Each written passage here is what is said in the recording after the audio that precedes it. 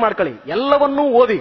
ಧರ್ಮ ಎಂದರೇನು in it true sense, ನಿಜವಾದ ಅರ್ಥದಲ್ಲಿ ಧರ್ಮ ಎಂದರೇನು, ರಾಷ್ಟ್ರ ಎಂದರೇನು, ರಾಷ್ಟ್ರ ಪ್ರೇಮ ಎಂದರೇನು, ವ್ಯಕ್ತಿತ್ವ ಎಂದರೇನು ತಿಳ್ಕೊಳ್ಳಿ. ನಾನು ಇವತ್ತಿನವರೆಗೂ ಕಲಿತಾ ಇದ್ದೀನಿ, ನಿಮ್ಗೆ ಗೊತ್ತಿರಲಿ. ಬಹಳಷ್ಟು ತಪ್ಪು ಕಲ್ಪನೆಗಳು ಇವತ್ತು ಜಗತ್ತನ್ನಾಳ್ತಾ ಇದೆ. ಈ ಜಗತ್ತಿನ ಅತಿ ದುರಂತ ಏನಂತಂದ್ರೆ there are so many wrong notions.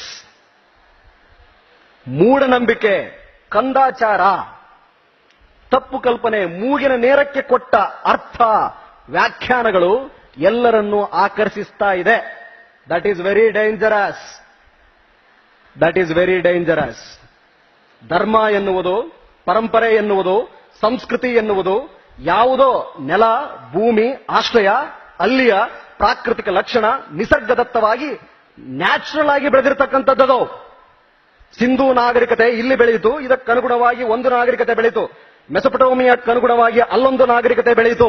Egypt ರಾಷ್ಟ್ರಕ್ಕನುಗುಣವಾಗಿ ಅಲ್ಲೊಂದು ನಾಗರಿಕತೆ ಬೆಳೆಯಿತು, ಭಾಷೆ ಬೆಳೆಯಿತು. ಅಲ್ಲೊಬ್ಬ ಸಂತ ಹುಟ್ಟಿಕೊಂಡ. ಯಾವ ಸಂತನೂ ಯಾವ ಧರ್ಮನೂ ಕೂಡ ಹಿಂಸೆಯನ್ನ ಪ್ರಚೋದಿಸಲಿಲ್ಲ.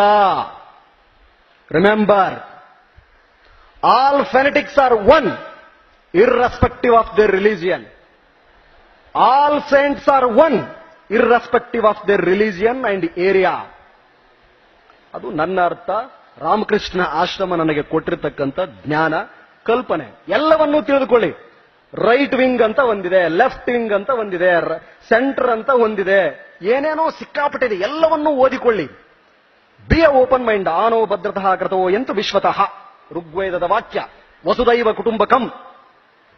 ಇಡೀ ಜಗತ್ತನ್ನೇ ಒಂದು ಕುಟುಂಬವೆಂದು ನೋಡು ಅಂತ ನಮ್ಮ ಪರಂಪರೆ ಹೇಳಿದೆ.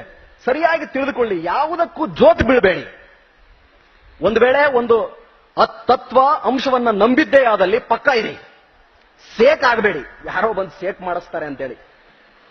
ವಿದ್ಯಾರ್ಥಿಗಳಿಗೆ ರಿಮೆಂಬರ್, ಬಿಕಾಸ್ ಅದು ನಾಳೆ ಒಂದ್ ದಿವಸ ನಿಮ್ಮನ್ನು ಆಳುತ್ತೆ. ದಯವಿಟ್ಟು ಹಾಗಾಗ್ಲಿಕ್ಕೆ ಅವಕಾಶ ಕೊಡಬೇಡಿ. ಅದೆಲ್ಲಕ್ಕೂ ಅರ್ಥವನ್ನ ಸರಿಯಾಗಿ ತಿಳಿದುಕೊಳ್ಳಿ. B fair, transparent. ಬದುಕಿನಲ್ಲಿ ಹುಟ್ಟಿನಿಂದ ಸಾಯುವವರೆಗೆ ನಮ್ಮ ಬದುಕು ಹೆಂಗಿರ್ಬೇಕಪ್ಪ ಅಂತಂದ್ರೆ, ಕಲಾಂರಂತೆ ಆಗದೆ ಹೋದ್ರೂ ಕೂಡ ಅವರ ಹಾದಿಯಲ್ಲಿ ನಡೆದನಪ್ಪ, ಅವರ ಅನುಯಾಯಿ, ಭಗತ್ತನ ಅನುಯಾಯಿ, ಆಜಾದನ ಅನುಯಾಯಿ, ರಾಷ್ಟ್ರ ಪ್ರೇಮಿ, ದೇಶ ಪ್ರೇಮಿ. Religion is a way of life. ಬದುಕಿನ ಒಂದು ಹಾದಿ ಅದು ಅಷ್ಟೇ.